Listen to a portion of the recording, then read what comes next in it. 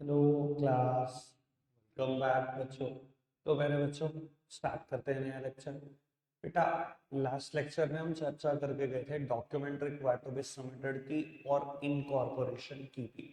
आज उसी से जुड़ी हुई कुछ बातें करनी है। सबसे पहले एक बहुत छोटा सा टॉपिक पेपर में बहुत बार आता है, पोजीशन ऑफ प्रमोटर, कि प्रमोटर की पोजीशन कैसी है। बेटा, प्रमोटर ना तो किसी भी कंपनी का एजेंट होता है, ना ही बेटा वो ट्रस्टी होता है। कुछ लोग समझते हैं promoter is the agent of company. Agent मतलब कुछ और नहीं, नौकर। बेटा, प्रमोटर नौकर नहीं है।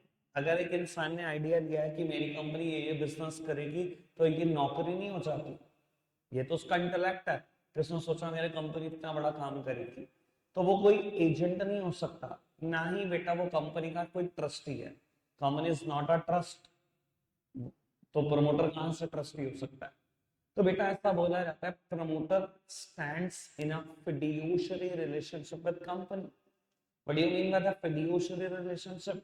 बेटा, fiduciary means a position based on trust and faith. ऐसा बोला जाता है, प्रमोटर ना तो तू एजेंट है कंपनी का, ना ही तू ट्रस्टी है कंपनी का। तेरी पोजीशन फिड्यूशियरी पोजीशन है। दैट सिंपली मींस तेरी पोजीशन ट्रस्ट और फेथ की पोजीशन है कंपनी के साथ। ऐसा क्यों बोला जा रहा है कि प्रमोटर की पोजीशन ट्रस्ट और फेथ की पोजीशन? देखो, मैं बड़ी सिंपल सी बात बता देता हूं। अभी कंपनी इनकॉर्पोरेट हो गई है। इनकॉर्पोरेशन का सिंपल मतलब होता है रजिस्टर्ड हो जाना। अभी कंपनी रजिस्टर्ड हो गई है। रजिस्टर्ड होने के बाद कंपनी सबसे पहला एग्रीमेंट साइन करती है अपने प्रमोटर के साथ। उसे कहते हैं, बताओ कितने खर्चे तूने करे कंपनी बनाने के लिए, हम तेरे को सारे खर्चे रिफंड करेंगे। ऐसा कंपनी करती है, प्रमोटर के सारे पैसे वापस करती है, जो भी उसने पैसे खर्च करे कंपनी बनाने के लिए। अब एक बात सुनो, प्रमोटर ने बेटा कंपनी बनाने के लिए खर्चा करा हो 1 लाख, लिखवा दे 5 लाख। हो सकता है कि नहीं हो सकता? बिल्कुल हो सकता है। पर इंडिया में फर्जी बिल देना भी कौन सी बहुत बड़ी टास्क है। कोई ना कोई तो उसको बिल दे ही देगा कि उसने किसी को कितनी लीगल फीस दी, कितनी फीसिबिलिटी के पैसे दिए। तो ये कोई बहुत बड़ी बात नहीं है। इसी वजह से प्रमोटर की पोजीशन को ट्रस्ट और फेथ की पोजीशन बताया गया। प्रमोटर, जिस कंपनी को आप प्रमोट कर रहे हो, जो कंपनी आपने बनाने में पूरा योगदान दिया, आपकी उसके साथ रिलेशन ट्रस्ट और फेथ की पोजीशन है। And you must act honestly and sincerely in the best interest of the company. आपको ईमानदारी के साथ काम लेना है, कंपनी के साथ ईमानदारी बनाए रखनी है। ये है प्रमोटर की पोजीशन विद द कंपनी। यहाँ सारा मैटर मैंने वही लिखा है जो अभी समझा है। आगे बढ़ाते हैं बेटा बात को। Effect of certificate of incorporation. बेटा, एक बार सर्टिफिकेट ऑफ इनकॉर्पोरेशन मिल जाए तो उसके क्या इफेक्ट है, ये जानने की कोशिश करते हैं। बाबू, जैसे आप सबकी हमारी एक डेट ऑफ बर्थ है, जिस दिन हम पैदा हुए हमें प्रमाण पत्र मिला, जन्म प्रमाण पत्र, कि आप आज के दिन पैदा हुए। कंपनी कब पैदा होती है? जिस दिन आरओसी ने आपको सर्टिफिकेट ऑफ इनकॉर्पोरेशन दे दिया। वो किसी भी कंपनी की डेट ऑफ बर्थ का बेस्ट प्रूफ है कि कंपनी उसी दिन पैदा हुई है। यानी कि जिस दिन इनकॉर्पोरेशन मिल जाएगा, कंपनी उसी दिन बनी है, बिल्कुल उसी दिन बनी है। और आज के दिन से ही company will acquire a separate legal entity from that of its member. आज के दिन से ही कंपनी बिल्कुल अलग बात हो जाती है, और उसके मेंबर बिल्कुल अलग बात, प्रमोटर बिल्कुल अलग बात। इससे पहले, इनकॉर्पोरेशन से पहले, कंपनी नाम की कोई चीज ही नहीं थी। कंपनी कह लो या प्रमोटर कह लो, सब एक बात। लेकिन जिस दिन आप रजिस्टर्ड हो गए, जिस दिन आप इनकॉर्पोरेट हो गए, कंपनी बिल्कुल अलग चीज हो जाती है। आज से सब कंपनी से जो जुड़े हुए लोग हैं, मेंबर हो, प्रमोटर हो, डायरेक्टर हो, वर्कर हो, सब बिल्कुल अलग बात हो जाते हैं। सबसे पहली बात। दूसरी बात, आज के दिन से ही कंपनी परपेचुअली एग्जिस्ट करती है। ये सारे फीचर आपने चैप्टर नंबर 2 में पढ़े होंगे, परपेचुअल सक्सेशन के नाम से या सेपरेट लीगल एंटिटी के नाम से। तो यानी कि जो सर्टिफिकेट ऑफ इनकॉर्पोरेशन है वो डेट ऑफ बर्थ है कंपनी की, सबसे पहली बात। दूसरी बात, आज के दिन से ही सेपरेट लीगल एंटिटी वाला फीचर एप्लीकेबल हो जाता है। तीसरी बात, आज के दिन से ही कंपनी परपेचुअली एग्जिस्ट करने लगती है। एक बात और ध्यान रख लेना, चौथी बात के तौर पर बोल देता हूं। जैसे कि आपने 11th क्लास में एग्जाम दिए, और मैं कहता हूं एनी हाउ कुछ भी किया आपने, फाइनल एग्जाम में कुछ चीटिंग करी, कुछ भी किया, और आप पास हो गए। जिस दिन रिजल्ट आया, लिखा आ गया कि आप पास हो गए।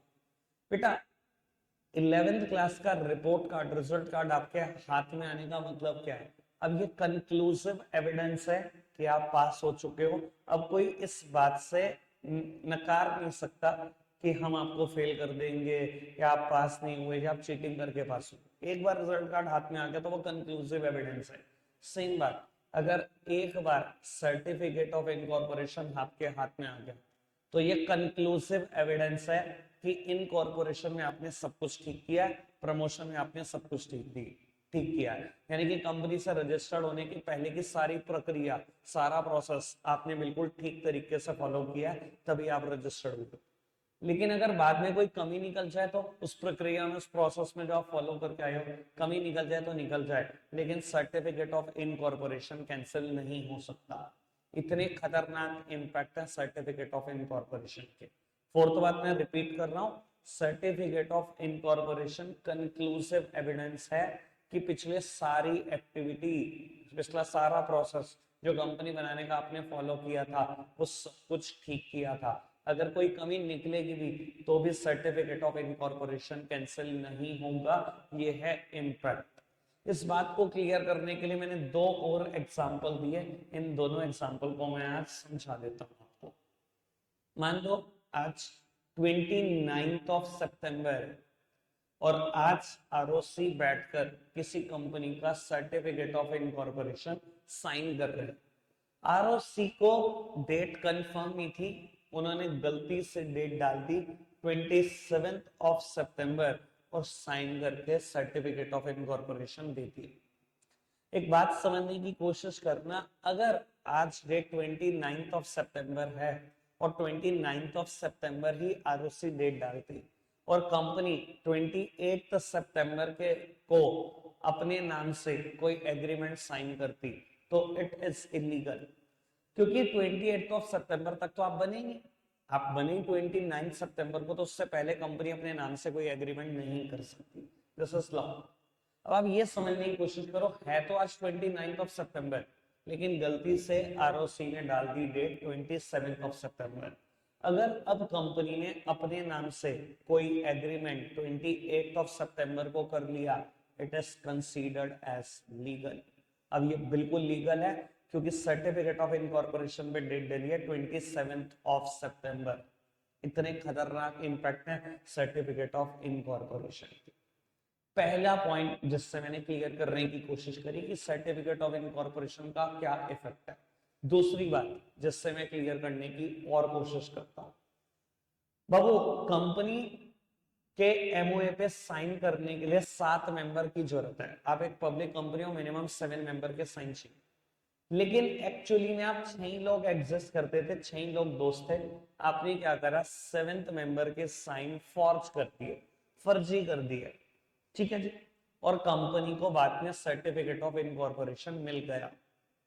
अब क्या होगा, पता लग गया आरओसी को कि आप 6 लोगों, ये जो मेंबर है 6th मेंबर, इसी ने ही 7th मेंबर के फॉर्ज साइन कर दिए।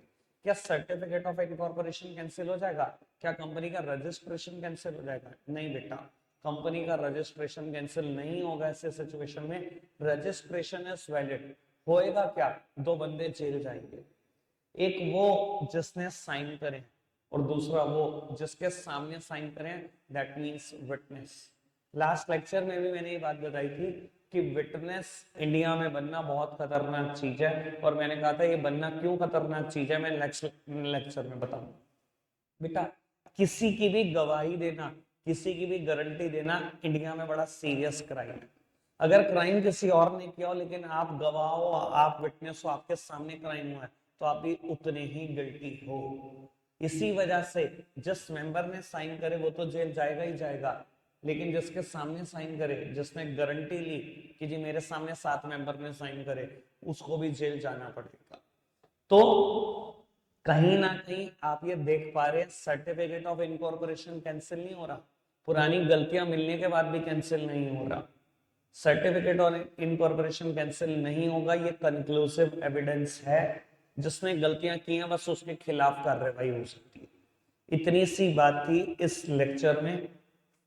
आप चाहेंगे तो आप इसको पढ़ भी सकते हैं, और अगर आपको मेरे नोट्स चाहिए तो आप मुझे कांटेक्ट कर सकते हैं।